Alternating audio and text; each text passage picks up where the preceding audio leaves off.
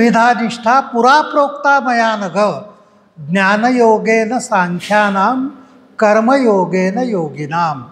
की अगदी पूर्वी सनातन धर्मामध्ये या दोन श्रद्धा, हे दोन मार्ग पहिल्यापासूनच सांगितलेले आहेत. ज्ञानयोगेन सांख्यानाम, जे बुद्धिवादी लोक आहेत त्यांना ज्ञानाचा मार्ग सांगितलेलाच आहे, आणि जे योगी आहेत त्यांना कर्मयोगाचा मार्ग सांगितलेलाच आहे. आणि आपापल्या स्वभावाप्रमाणे कोणीही आपला तो मार्गपथ करावा. आणि पुढे जाऊन श्रीकृष्ण असं सांगतात की हे खरे म्हणजे वेगवेगळे मार्ग नाहीच आहेत. सगळ्या मार्गाचं गंतव्यस्थान केवळ एकच आहे, आणि ते म्हणजे ब्रह्म आहे, ते म्हणजे ईश्वर आहे, ते म्हणजे मोक्ष आहे. पण प्रत्येकाचा स्वभाव वेगळा असतो. काही स्वभावताच भक्तिमार्गातले ते हृदयात, ज्यांचं हृदयाची भाषा ज्यांना कळते ते जास्त करून भक्तिमार्गी होतात. काही लोक असं करतात की ते बुद्धिवादी असतात. ते म्हणतात असं तुम्ही सांगता म्हणून मी ऐकणार नाही, माझ्या बुद्धीला पटेल तेच मी ऐकेन. ते ज्ञानमार्गाने जातात. आणि काही लोक असं म्हणतात की याच्यावर विश्वास ठेव, त्याच्यावर विश्वास ठेव, याच्यावर श्रद्धा ठेव, मला बुद्धीला पटत नाही, मी भक्तिमार्गाने जाऊ शकत नाही, मी ज्ञानमार्गाने जाऊ शकत नाही, पण मी कार्य करतो, मी माझं जे कर्म आहे ते व्यवस्थित करतो आणि त्याच्यातच मला समाधान मिळतं. ते कर्ममार्गी होतात, ते कर्मयोगी होतात. तेव्हा प्रत्येकाने आपापला जो मार्ग आहे तो आपल्या स्वभावाप्रमाणे, आपल्या इच्छेप्रमाणे ठरवायचा असतो, आणि सर्व मार्ग शेवटी एकाच दिशेने जातात असं भगवान श्रीकृष्ण सांगतात. परंतु भगवान श्रीकृष्ण असं म्हणतात की कर्म तर आपल्याला टाळताच येत नाही. कर्मयोगाशिवाय तू राहूच शकत नाहीस. खरं म्हणजे नाही कश्चित क्षणमपि जातु तिष्ठती अकर्मकृत कार्यते ह्यवशः कर्म सर्व प्रकृतिजैर्गुणैः. नाही कश्चित क्षणमपि, एक क्षणभरसुद्धा कर्म केल्याशिवाय तू राहू शकत नाहीस.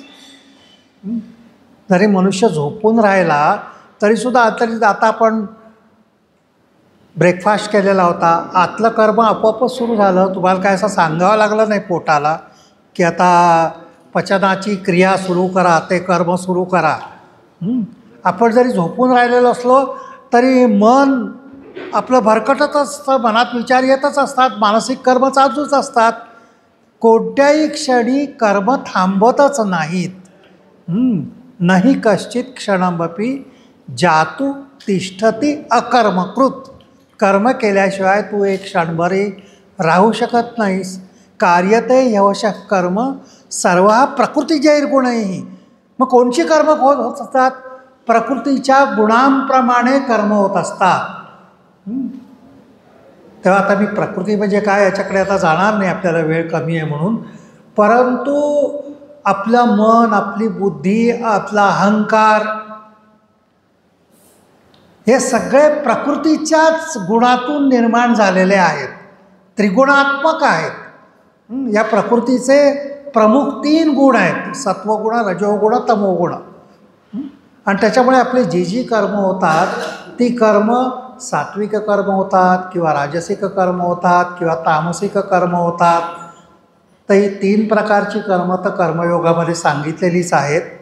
आणि आणखीन एक कर्म फार मोठं सांगितलेलं आहे कर्मयोगामध्ये, ज्याची चर्चा आपण करणार आहोत. त्याला यज्ञकर्म किंवा निष्काम कर्म असं म्हटलेलं आहे. तेव्हा अशा प्रकारची कर्म तुझ्याकडून घडतच असतात.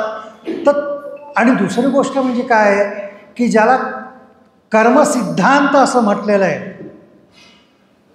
भारतीय संस्कृतीमध्ये अनेक विचार आहेत, अनेक प्रकारची तत्त्वज्ञान आहेत, अनेक प्रकारचे भेद आहेत, अनेक प्रकारच्या साधना आहेत. परंतु एक जी गोष्ट आहे की ती सर्व धर्मांमध्ये सुद्धा समान आहे ती म्हणजे कर्मसिद्धांत. कर्मसिद्धांत सगळीकडे सारखा आहे. इवन जे बुद्धिझम ज्याला म्हणतो त्याच्यामध्ये कर्मसिद्धांत आहे, जैनिझममध्ये कर्मसिद्धांत आहे, सिखिझममध्ये कर्मसिद्धांत आहे.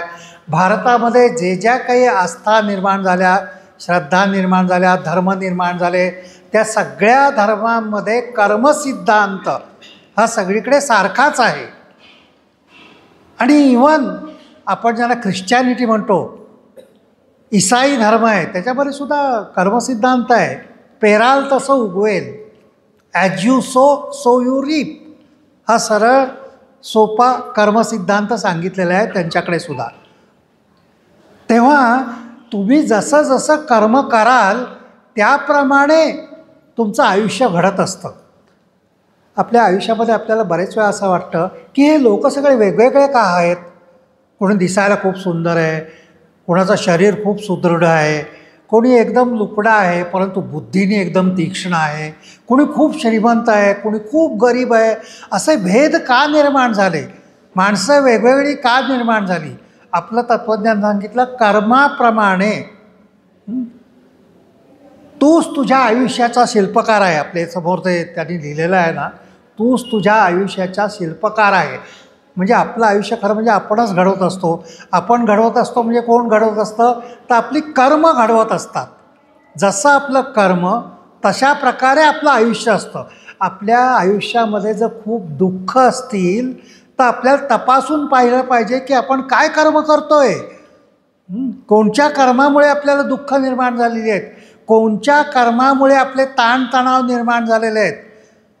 आपले जे तत्त्वज्ञान आहे ते सरळच आपल्याला असं सांगतं आहे की तुमची कर्म तपासून बघितलीत की तुम्हाला कळेल की अशीच स्थिती तुमची आत्ता या क्षणाला काय आहे.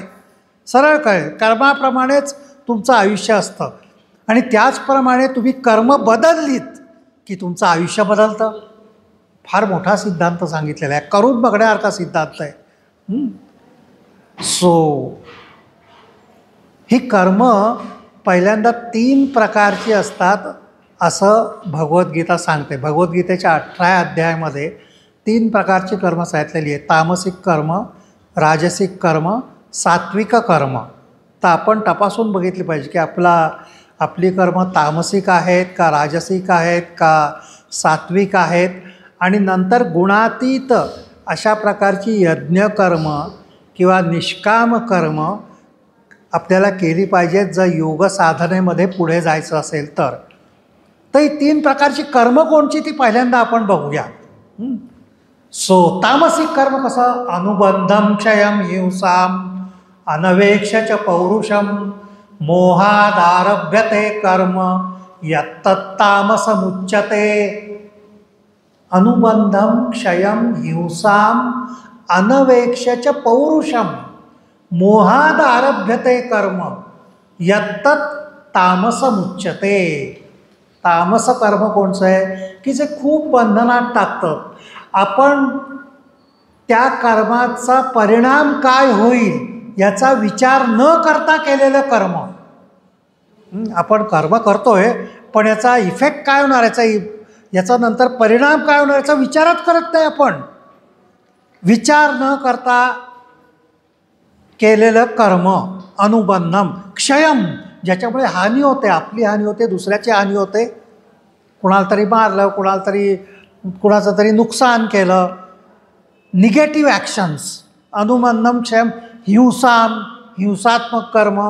अनवेक्ष पौरुषम म्हणजे स्वतःचं सामर्थ्य काय आहे हे जाणल्याशिवाय केलेलं कर्म. म्हणजे अगदी लहान मुलंसुद्धा क्रिकेट खेळत असतात ना, ते सर्व म्हणतात मला सचिन तेंडुलकर होतं आहे. तर सचिन तेंडुलकर तसं सामर्थ्य तुझ्यात आहे का. सचिन तेंडुलकर होण्याची, मला खूप मोठा व्यापारी व्हायचा आहे पण तशी क्षमता तुमच्यात आहे का. म्हणजे स्वतःची क्षमता ओळखून कर्म केली पाहिजेत. अनवेक्ष पौरुषम म्हणजे स्वतःची क्षमता न ओळखता केलेलं कर्म. दुसरा तिकडे जातोय म्हणून मी पण जातोय, दुसरा राजकारणात खूप पुढे गेला म्हणून मी पण राजकारणात पडलो. माझी ती क्षमताच नाही आहे. राजकारणी माणसाची सुद्धा फार मोठी क्षमता असावी लागते, त्याशिवाय ती होत नाही.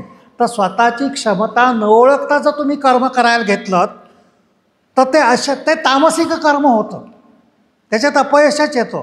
अनुबंधम क्षयम हिंसाम अनवेक्ष पौरुषम मोहादारभ्यते कर्म.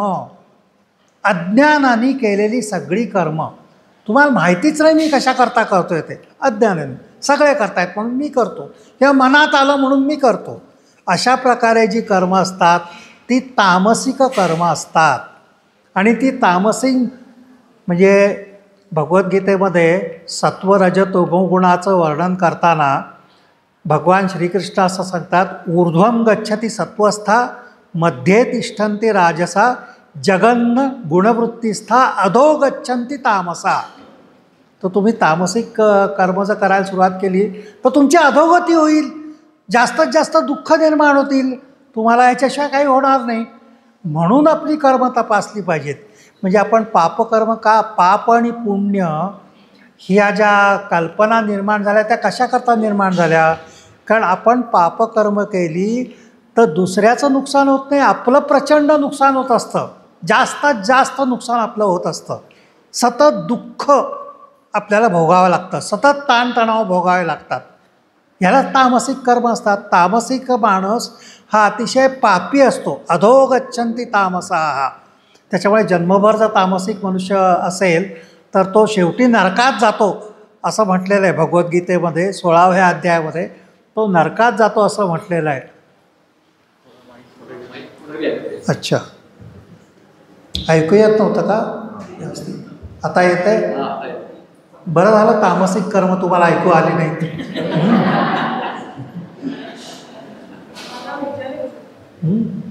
हां, कसलं उदाहरण? मला ऐकू आलं नाही. सगळीच कर्म, ज्या ज्या कर्मामुळे दुःख निर्माण होतात, ज्या ज्या कर्मामुळे आपण जास्तीत जास्त अंधकार जातो, अनुबंधम क्षयम हिंसाम. आपण जर हिंसा केली, कुणाला मारलं, कुणाचं दुःख चिंतिलं, कुणाची निंदा केली, ही सगळी निगेटिव्ह ॲक्शन्स आहेत. आपण बरेच वेळा करत असतो, अनकॉन्शियसली करत असतो. काय करायचं, तर लोकांची निंदा करायचं तो मनुष्य. आणि दुसरं गोष्ट म्हणजे काय, तो मनुष्य समोर नसताना त्याच्या उणिवा काढणं, त्याच्या उणिवेची चर्चा करणं, ही सगळी हिंसात्मक कर्म आहेत. मानसिक स्तरावर ही आपण हिंसा करत असतो, हे लक्षात ठेवा. ही पापकर्म आहेत, हे लक्षात ठेवा. आणि अनुबंधम याचा अर्थ मी काय सांगितला, की त्या कर्माचा परिणाम काय होईल याचा आपण विचारच करत नाही. की आपण असं बोलतोय, आपण बरेच वेळा असं असतं बघा तुम्ही, अगदी साध्या साध्या गोष्टीत सुद्धा आपण तामसिक कर्म करत असतो. की आपण बिझी असतो आणि त्यावेळेस फोन येतो एखादा आणि आपल्याला सांगण्यात येतं की तुमच्या ऑफिसमधनं फोन आहे, तुम्हाला विचारतायत कोण आहे म्हणून, आणि तुम्हाला त्या माहिती असतं प्रॉब्लेम भयंकर आहे मला आता सांगितलं तर आपण सहज मुलाला सांगतो की सांग बाबा घरात नाही आहेत, बाबा घरात नाही आहेत म्हणून सांग. आता हे फार मोठं तामसिक कर्म आहे. एक तर तुम्ही खोटं बोलताय त्या माणसाशी, आणि दुसरं म्हणजे मुलाला खोटं बोलायला शिकवताय. मुलाला असं वाटतं की बुद्धिमानी याच्यातच आहे की त्या माणसाला त्यावेळेस कटवायचं, की बाबा घरातच नाही म्हणून सांगायचं. बाबा शिकवतायत मुलाला की तू आता खोटं बोल, बाबा घरात नाही म्हणून सांग. अशा प्रकारची जी कर्म असतात ती तामसिक कर्म आहेत. आता राजसिक कर्म कोणती? यत्तु कामेप्सुना कर्म साहंकारेण वा पुनः क्रियते बहुलायासम तद्राजसमुदारुतम. यत्तु कामेप्सुना कर्म, मला हे पाहिजे, मला ते पाहिजे, मला हे मिळवायचं आहे, काम, ज्याच्या पाठीमागे काम ह्या मुख्य प्रेरणा आहे. कामातून निर्माण झालेली म्हणजे काय, इच्छापूर्तीसाठी केलेली कर्म. मला अमुक इच्छा आहे ती मला पूर्ण, मला खूप पैसे कमवायचे आणि म्हणून मी प्रचंड कष्ट करतो, मी काय वाटेल ते करून पैसे कमावतो. ही कामेप्सुना कर्म.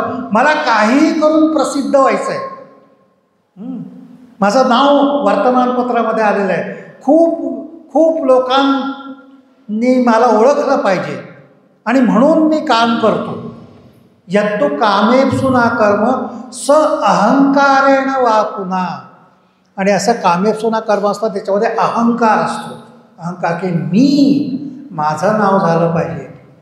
म्हणजे बरेच वेळा संस्थेनं आपण डोनेशनसुद्धा देतात बरेच लोक, परंतु ते दान केल्यानंतर सांगतात की एक कोनशिलेवर असं नाव आलं पाहिजे की हे दान अमक्याने केलेलं आहे, माझं नाव राहिलं पाहिजे. नाव राहिलं पाहिजे, हा अहंकार आहे, अहंकार आहे. म्हणूनच मला बरेच वेळा असं आश्चर्य वाटतं. मला काही कोणाची म्हणजे सहज आता मनात आलं म्हणून सांगतो, फार सिरियसली काही असं घेऊ नका तुम्ही. आपल्या ठिकाणी बरेच ठिकाणी बिर्ला मंदिरं आहेत.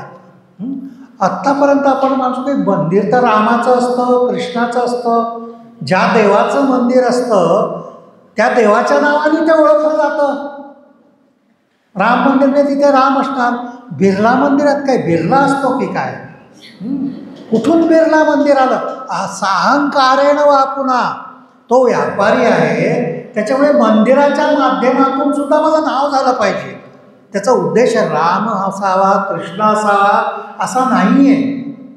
अर्थात ते सुद्धा कार्य चांगलं आहे. बरेच लोक जातात, राम मंदिरात जातात, मला काही अजिबात तसं संधी मिळायचं नाही. परंतु अहंकार, हे हॉस्पिटल टाटा मेमोरियल हॉस्पिटल असलं पाहिजे. मला समाजकार्य करायचं आहे, बरीचशी माणसं बरी व्हावीत म्हणून नाही. माझं नाव अहंकारेण वाकुना, की ज्या ज्या कर्माच्या पाठीमागे अहंकार असतो, अहंकारयुक्त कर्म म्हणजे राजसिक कर्म.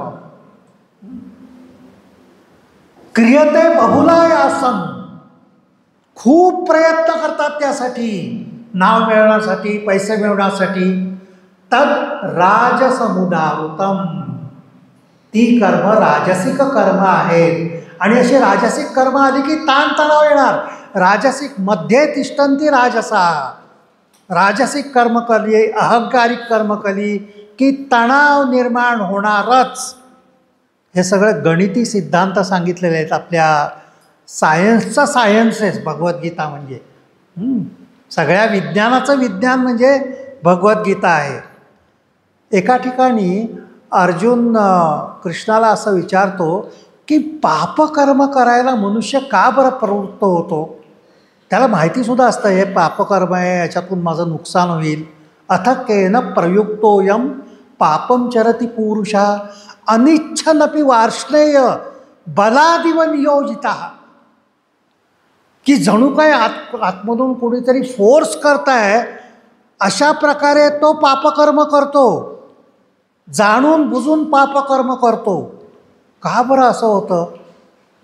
अथ केन प्रयुक्तोयम पापम चरती पुरुषा. काय अशी प्रेरणा माणसाच्या मनामध्ये असते की तो जाणतोय की हे बरोबर नाही आहे तरीसुद्धा पापकर्म करतो. बरेचसे लोक खरे म्हणजे चांगले असतात त्यांच्या ऑफिसमध्ये, पण ऑफिसमध्येच भ्रष्टाचार चालू असतो. वरपासून खालीपासून सगळे भ्रष्टाचारी असतात. आणि तो तिथे त्या ऑफिसमध्ये जॉईन होतो. आणि मग त्याला सांगितलं होतं की हे बघ, ही साखळी आहे हा, वरपासून खालीपर्यंत. तुला इथे राहायचं असेल तो माझ्यासारखा हो, आमच्यासारखाच हो. तो खरं म्हणजे फार चांगल्या घरातला मनुष्य असतो. तो म्हणतो की नाही, मला पटत नाही, मी करणार नाही. मग ते म्हणतात तुला करायचं असेल तू इथून बाहेर हो, एकतर ऑफिस सोड, नाही तर आमच्यासारखा ऑफिसमध्ये राहा.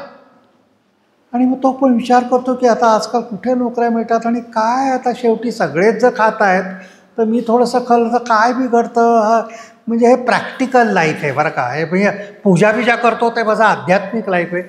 जीवनामध्ये अशा प्रकारचं विभागणी करतात की माझं स्पिरिच्युअल लाईफ वेगळं, माझं प्रॅक्टिकल लाईफ वेगळं, व्यावहारिक असं माझं जीवन वेगळं आणि आध्यात्मिक जीवन वेगळं. आणि म्हणून तो म्हणतो की बस सगळ्यांसारखं मी पण घ्यायला सुरुवात करतो.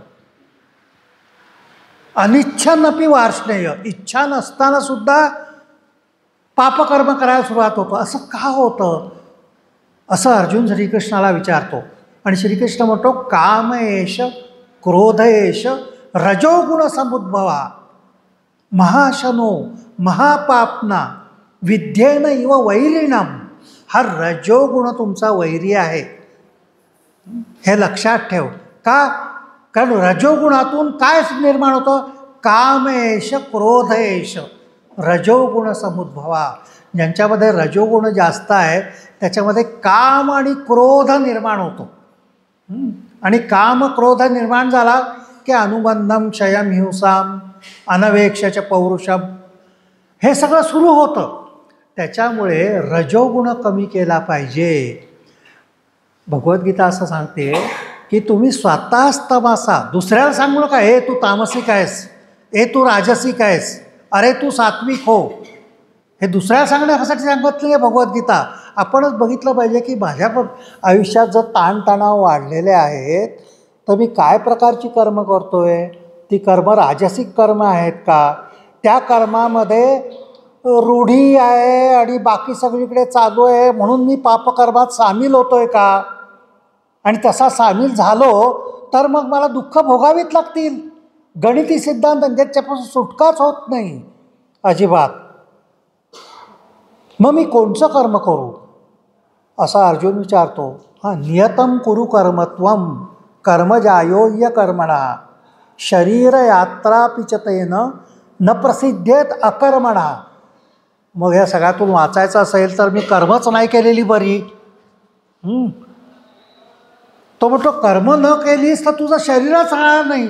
न प्रसिद्धेत अकर्मणा, शरीर यात्रा, या शरीराची यात्रा तर सुरू झाली पाहिजे. तुला इकडे तिकडे तर गेलं पाहिजे, तुला पोट भरायकरता तरी काय केलं पाहिजे, तुला कर्म तर केलीच पाहिजेत. मग कोणची कर्म केली पाहिजेत. नियतम कुरु कर्मत्वम, नियत कर्म. नियत कर्म म्हणजे काय, नियतीने मला दिलेलं कर्म किंवा मी माझ्या आयुष्यासाठी निवडलेलं कर्म. म्हणजे शिक्षकांनी शिकवावं, शिकवणं हे शिक्षकाचं कर्म आहे. शेती करणं हे शेतकऱ्याचं कर्म आहे. व्यापार करणं हे व्यापाऱ्याचं कर्म आहे. नियतीने ते मिळालेलं कर्म आहे. कोणी बँकेमध्ये क्लार्क म्हणून असेल, कोणी शाळेत शिक्षक असेल, कोणी व्यापारी असेल, कोणी प्रोफेसर असेल, जे त्याला नियत कर्म असं म्हणतात. नियतम कुरु कर्मत्वम कर्मजायोह्य कर्मणा शरीर यात्रा पिचतेन न प्रसिद्धेत अकर्मणा. अकर्मण्य होणं नाही, आळशी होऊ नकोस, तू कर्म केलंच पाहिजे. परंतु कोणचंही नियत कर्म असेल, तू शाळेमध्ये शिकवत असस किंवा तू शेतकरी असो किंवा तू इंजिनियर असो किंवा तू डॉक्टर असो, कोणचंही कर्म करीत असताना जर ते सात्विक कर्म झालं तर तुझी या शरीराची यात्रा मोक्षाकडे होईल, आनंदाकडे होईल, आध्यात्मिक यात्रा होईल. शरीर ही यात्रा होईल. तुम्हाला माहिती आहे का की हे 3 शब्द जे आहेत ना ते आपल्याला जाणून घेतलं पाहिजे की आपल्या कोणत्या शब्दाने आपल्या आयुष्याचं वर्णन आपण करू शकू. कोणत्या शब्दाने. तर एक तर भटकंती. बरेच लोकांची अशी भटकंती असते की सोमवारपासून शनिवारपर्यंत खूप काम करायचं किंवा सोमवार ते शुक्रवार काम करायचं आणि मग शनिवार रविवार भटकंती, इकडे जा तिकडे जा, इकडे मजा मार तिकडे मजा मार, भरकटलेलं आयुष्य. त्यांना विचारलं तुम्ही आयुष्यामध्ये काय करताय, तसं काय नाही, काय करायचं असतं आयुष्यामध्ये. 4 वाक, ईट ड्रिंक अँड बी मेरी. खा प्या आणि मजा करा. काय आयुष्य 4 दिवसाचं आहे. हे 4 दिवसाच्या आहे तर कुठे सज्जनगडावर तुम्ही जाताय आणि कसली शिबिरं करतायत, मजा मारा 4 दिवस. भरकटलेलं आयुष्य, त्याला दिशाहीन अशा प्रकारचं आयुष्य असतं, भटकंती असते. त्यांचं आयुष्य म्हणजे भटकंती असते. काही जणांचं आयुष्य म्हणजे प्रवास असतो. जो प्रवासी मनुष्य असतो ना त्याला ठरलेलं असतं की मला दिल्लीला जायचं आहे, मला काय बाकी दुसऱ्या, म्हणून मग दिल्लीला कसं जायचं ते मी ठरवेन. मग मी दिल्लीची ट्रेन पकडीन किंवा दिल्लीला जाण्याचं बस पकडीन, दिल्लीला जाण्याचं विमान पकडीन, मला माहिती असतं. परंतु अशा प्रकारचा जो प्रवास असतो ना त्या प्रवासामध्ये ताणतणाव येतातच. कधी तिकीट मिळत नाही, कधी खूप गर्दी असते, कधी बरोबरच्या प्रवासाबरोबर भांडण होतं, कधी भूक लागली तरी अन्नच मिळत नाही. हे राजसिक कर्म झालं ॲक्च्युअली. परंतु काही जण म्हणतात की मी यात्रेकरू होणार आहे. यात्रा, मला अमरनाथची यात्रा करायची आहे, मला काशीची यात्रा करायची आहे, मला तीर्थळी यात्रा करायची आहे. यात्रा म्हटलं की ते हृदयापासून सुरू होते. एखादा यात्रेकरू असतो ना तो यात्रा करताना अनेक प्रकारची संकटं आली तो म्हणते ईश्वरी कृपा आहे, ईश्वर माझी परीक्षा बघतोय. तो कोणत्याही प्रकारचं कंप्लेंट नाही करत त्याविषयी. बाकीचे यात्री करू असतात ना त्याची भांडणं नाही करत. हो तुम्ही पण चालात काय, मी पण चालतोय, चला राम नावाचं नाव घेत पुढे जाऊया, यात्रा होते का. तर आपण पहिल्यांदा हे तपासून बघितलं पाहिजे की आपलं जे जीवन आहे ती एक भटकंती, आपण भरकटत चाललेलो आहोत का आपण प्रवासी आहोत. भरकटत चालण्यापेक्षा प्रवासी नक्कीच चांगला. का आपण प्रवासी आहोत का आपण यात्रा करू आहोत. तर जीवन ही यात्रा झाली पाहिजे आणि ती यात्रा व्हायची असेल तर सात्विक कर्म वाचली पाहिजेत. तर कोणचं कर्म आपण करतोय ते महत्त्वाचं नाही, ते कसं करतोय हे महत्त्वाचं आहे. कुठच्याही क्षेत्रामध्ये कर्मयोग करता येतो. म्हणजे असं एक सांगतात याच्यामध्ये फार चांगली एक गोष्ट आहे ती तुम्हाला सांगतो की एक कौशिक नावाचे ऋषी होते आणि ते अरण्यामध्ये तपस्या करीत होते आणि चांगला तपस्वी मनुष्य होता. आणि एकदा तो ध्यानाला बसलेला होता वृक्षाखाली आणि त्याच वेळे एक वरून कावळा शिंटला. त्याच्या डोक्यावरच शिंटला एकदम. आणि डोक्यावर कावळा शिंटल्यावर त्याला राग आला अर्थातच. आणि रागावून त्यांनी त्या कावळ्याकडे बघितलं वरती. आणि त्याची अशी तपस्या झालेली होती की त्या रागामुळे कावळा एका क्षणात जळून खाक झाला. वर बघितल्याबरोबर कावळा जळून राख होऊन खाली पडला. त्यालाच आश्चर्य वाटलं. त्याला कल्पना नव्हती की मला अशी सिद्धी प्राप्त झालेली आहे आणि माझ्या रोगाचा परिणाम असा होईल. त्याला काही कल्पनाच नव्हती. तुम्हाला आश्चर्य आहे, मी रागाने बघितलं आणि एक कावळा जाऊन त्याला एक प्रकारे आनंद पण झाला आतून की काय माझी साधना चालू आहे, माझा राग आला तर.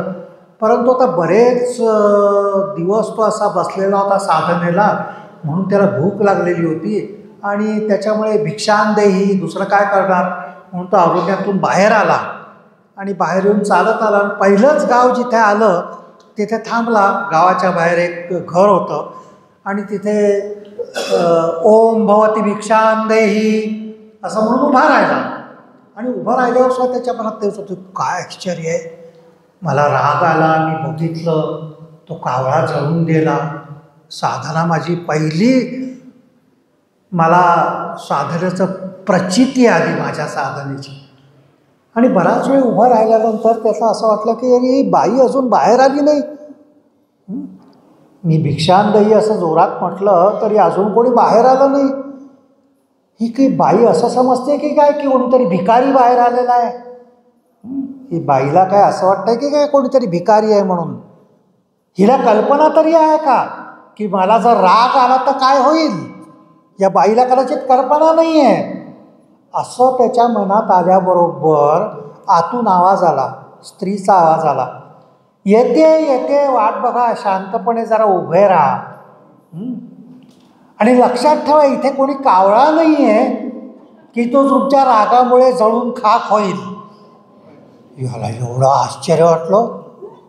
बाप रे, तो अरण्यात घडलेला तो प्रसंग आणि ह्या बाईला कळला कसा. तेव्हा ती जेव्हा बाई आली बाहेर तेव्हा त्याने लोटांगण घातलं. तेवढा मला भिक्षा नको काही नको, पण मला तुम्हाला कळलं कसं, माझ्या मनात हा विचार आला आहे, कळलं कसं. तो सकाळी जो अरण्यात प्रसंग घडला माझ्या, तो ते म्हणाले हे बघ बाबा, मी काही तत्वज्ञ नाही, मी सज्जनगडावर गेली नाही, मी कुठचं शबे, मी कुठची पुस्तकं वाचलेली नाही आहेत, मला काही माहिती नाही आहे.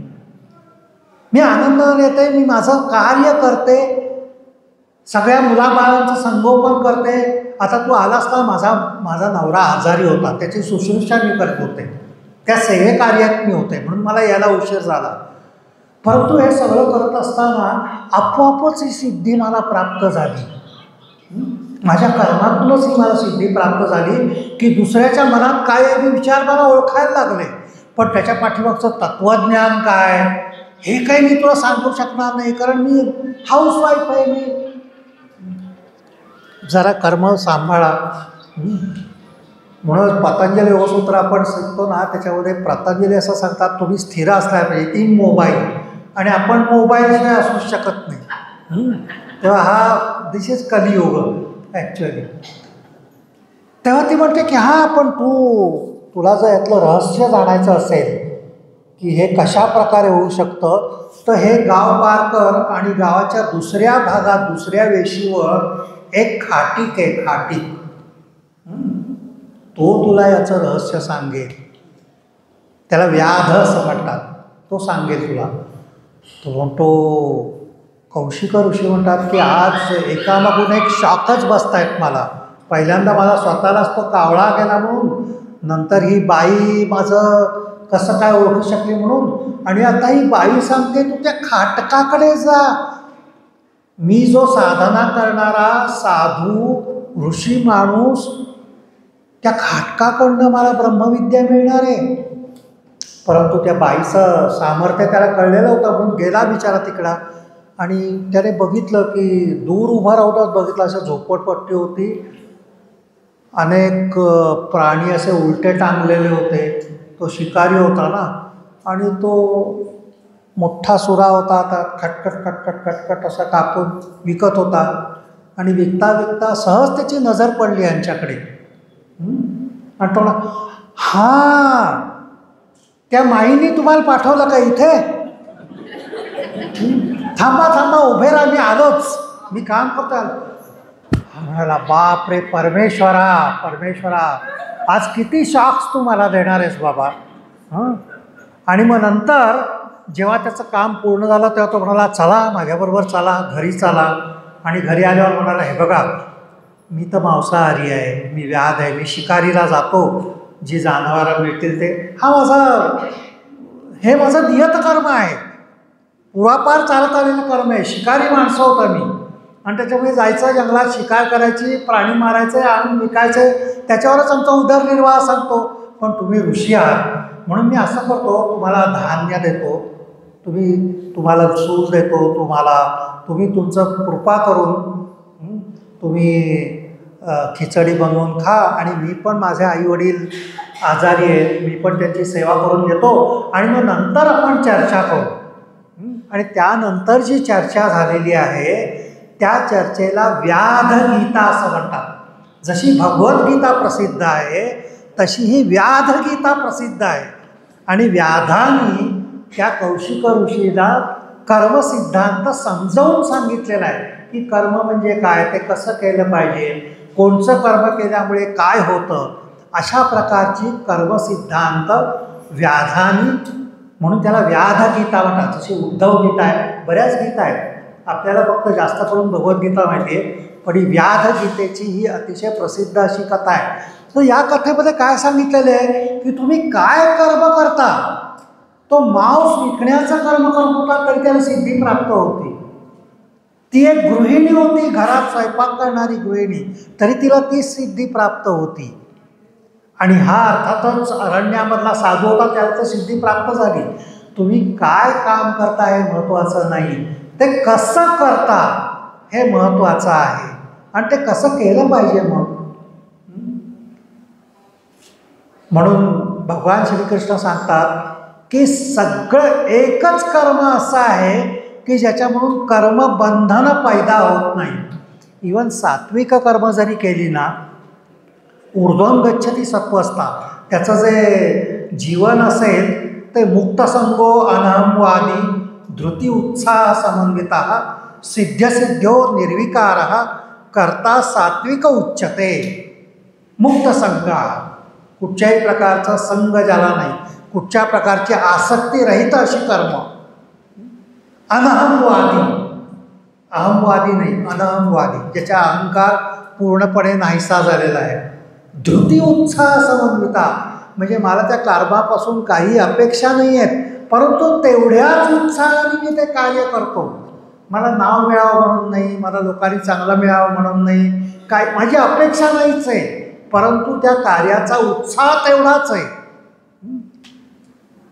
धृती उत्साह समन्विता सिद्ध्यसिद्ध्यो निर्विकारः, ते काम सिद्ध होईल का असिद्ध होईल, त्याच्यामध्ये मला यश मिळेल का अपयश मिळेल, याचा विचार न करता जो कर्म करतो, कर्ता सात्विक उच्यते, तो सात्विक कर्ता आहे. आणि भगवान श्रीकृष्ण म्हणतात की फक्त एकच कर्म असं आहे की हे कर्मसिद्धांताच्या बाहेर आहे. ते कोणचं कर्म आहे?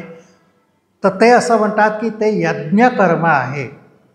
की यज्ञकर्म असं आहे की जे कोणत्याही बंधनामध्ये तुम्हाला पाठत नाही, आणि तेच कर्म असं आहे की जे तुमच्या आयुष्याला यात्रा बनवतं, जे तुम्हाला मोक्षप्राप्ती करून देतं. आपल्याकडे वेळ थोडा आहे, त्याच्यामुळे मी खूप जास्त यज्ञाबद्दल बोलणार नाही. माझी खरी म्हणजे इच्छा होती बोलण्याची, परंतु आपल्याला यज्ञ असं म्हटलं की डोळ्यासमोर जे चित्र उभं राहतं ते म्हणजे एक यज्ञवेदी आहे. त्याच्यामध्ये अग्नी प्रज्वलित झालेला आहे, त्याच्या आजूबाजूला ब्राह्मण उभे आहेत, ते वेद मंत्र म्हणत आहेत, आणि मग आहुत्या यज्ञामध्ये जात आहेत, आणि असं पवित्र वातावरण आहे. तो यज्ञ आहेच, तसे यज्ञ सांगितलेलेच आहेत आपल्या इथे. परंतु भगवद्गीता असं म्हणते की हेच केवळ यज्ञ नाही आहेत. हे तर यज्ञ आहेतच, याच्यात काही शंकाच नाही. परंतु द्रव्ययज्ञ, तपो यज्ञ, योगयज्ञ तथा परे स्वाध्याय ज्ञान यज्ञाश्च यतयः संशितव्रतः. द्रव्ययज्ञ करू शकता तुम्ही काही अपेक्षा न करता जर दान केलं, आणि मला खरोखरच मनापासून सगळ्यांना असं सांगायचं आहे की इथे आपण आलेलो या उत्कृष्ट आश्रमामध्ये, जाताना जसं जमेल तसं दान तुम्ही जरूर करा.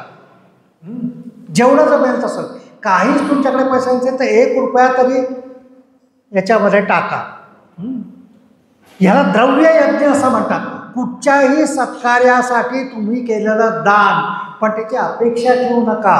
त्यांना असं म्हणू नका की मला नाव द्या इथे, कोण शिलेवर नाव असू दे. कोणची अपेक्षा न ठेवता केलेलं दान म्हणजे द्रव्ययज्ञ. सहज तुम्ही देऊ टाकलं. एखादा विद्यार्थी, त्याला शिक्षण घेता येत नाही, त्याची फी तुम्ही भरली. कोणत्याही प्रकारचं दान करा, न विसरता दान करा. तपोयज्ञात आहे, तर तपस जर तुम्ही केलं कोणत्याही प्रकारचं, अनेक प्रकारची तपश्चर्या चालू असते, आपण त्याच्याविषयी बोलणार नाही. द्रव्ययज्ञ, तपोयज्ञ, योगयज्ञ तथा परे. जर तुम्ही योग शिकत असाल, आसन प्राणायाम, खरं म्हणजे प्राणायाम हा महायज्ञ सांगितलेला आहे भगवद्गीतेमध्ये. प्राणापान समायुक्ता प्राणायाम परायणा. तो म्हणतो प्राणाची आहुती अपानामध्ये जो देतो, अपानाची आहुती जो प्राणामध्ये देतो, तो प्राणायाम यज्ञ करत असतो. प्राणायाम सुद्धा यज्ञ आहे. सो द्रव्ययज्ञ, तपोयज्ञ, योगयज्ञ तथा परे स्वाध्याय. एक हा फार मोठा अध्याय. स्वाध्याय. स्वाध्याय म्हणजे आत्मपरीक्षण, स्वतःचंच परीक्षण.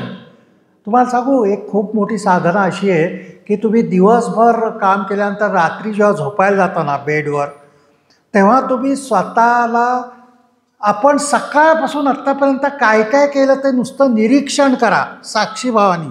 की सकाळी मी उठलो, टूथपेस्ट नव्हती म्हणून थोडंसं मला इरिटेशन आलं बरं का त्यावेळेला. नंतर चहा बरोबर मिळालं नाही म्हणून मी कंप्लेंट केली होती. हे सगळं नोट करा.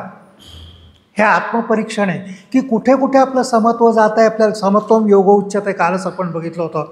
कुठे कुठे किती किती वेळा माझं समत्व गेलं होतं, हे निरीक्षण करणं, स्वतःच्या स्वभावाचं निरीक्षण करणं, आत्मपरीक्षण करणं, हा फार मोठा यज्ञ आहे. द्रव्ययज्ञ, तपोयज्ञ, योगयज्ञ, याला स्वाध्याय यज्ञ असं म्हणतात. आणि स्वाध्याय यज्ञामध्ये ज्या गोष्टीमुळे आत्मपरीक्षण करता येतं, त्या पुस्तकाचं वाचन म्हणजे सुद्धा स्वाध्याय होतं. मी जर पातंजली योगसूत्र वाचली तर मी म्हणजे काय मला कळू शकतं. मी जर ब्रह्मसूत्र वाचली तर मी म्हणजे काय याचा अभ्यास मला करता येतो. मी जर भगवद्गीता वाचली, म्हणून भगवद्गीता हा स्वाध्याय आहे.